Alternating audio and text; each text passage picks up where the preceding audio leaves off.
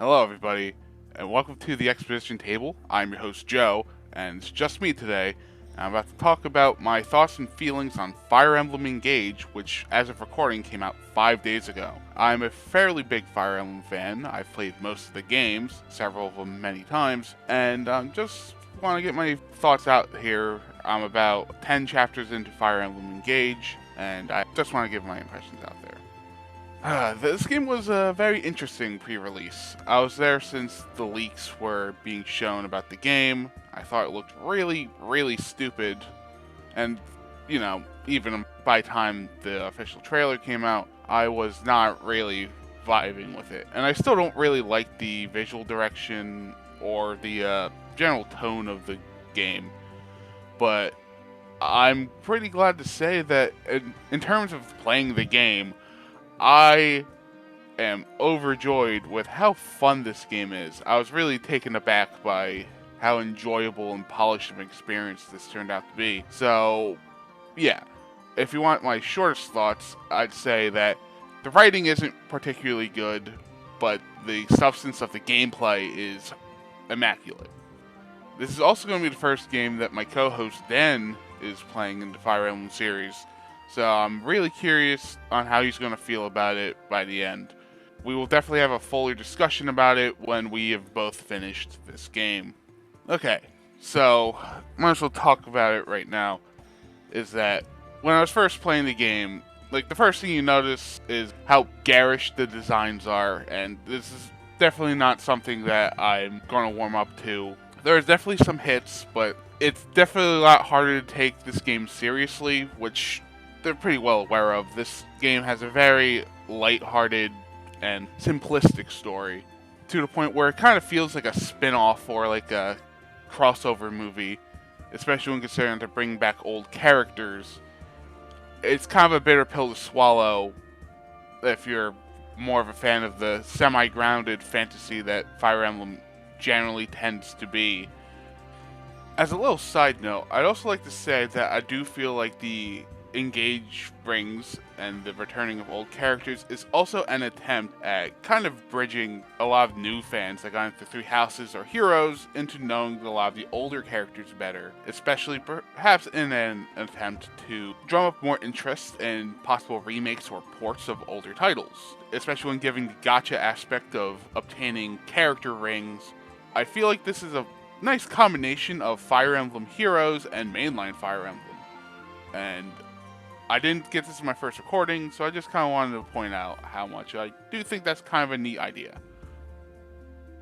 As far as the technical side goes, the first thing you're going to see is that this game looks very good for the Nintendo Switch, and is far better than how Three Houses looked and performed, which, is definitely very nice. Now, the big mechanic this game advertises is the ability to fuse with some of the lords of past games for extra abilities to engage, as the title will suggest. And honestly, engaging is really fun. The ability to augment your characters with more abilities and have these trump cards you get to play to turn the tide or do more strategic gambits is actually incredibly fun and very well thought out.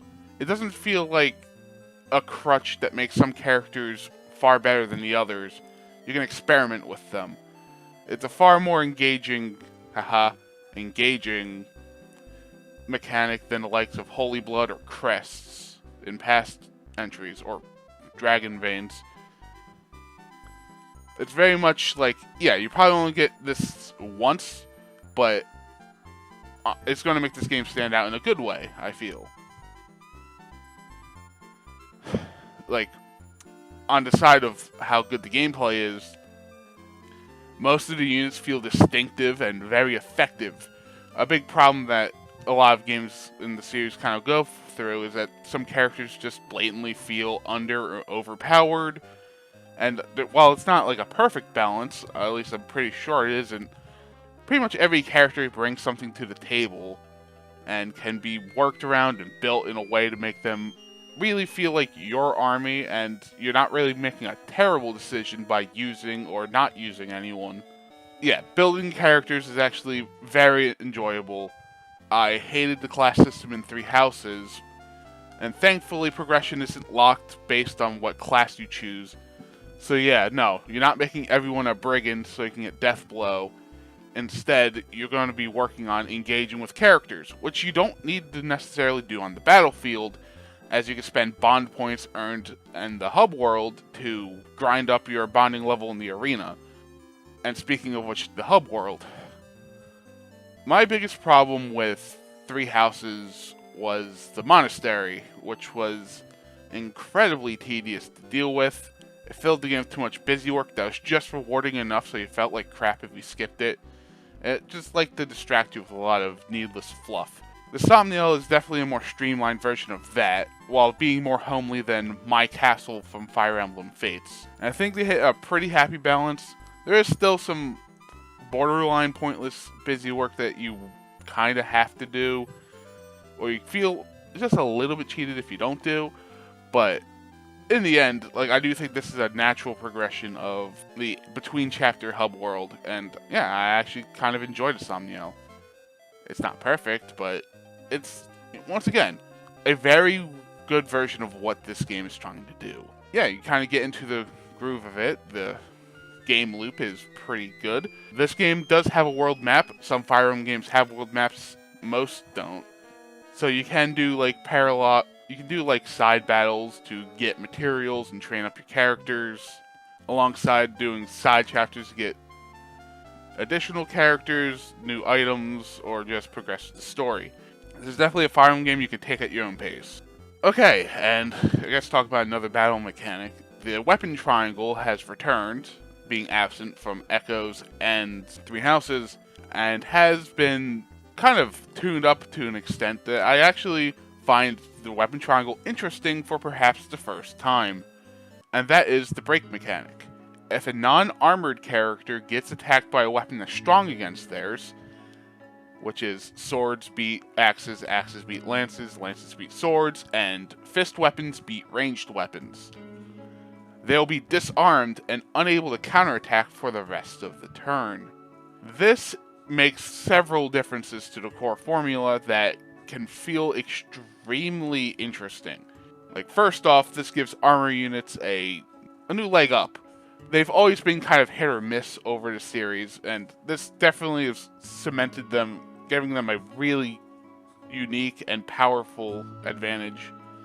And it also means that it incentivizes you to have a variety of weapon types in your group. Some past games, in particular the Game Boy Advance games, definitely lean towards axes being the best due to the hand axe having range and the weapon triangle not mattering too much. Well, in this game, it definitely feels like every class is bringing something interesting to the table. Healers are more like monks.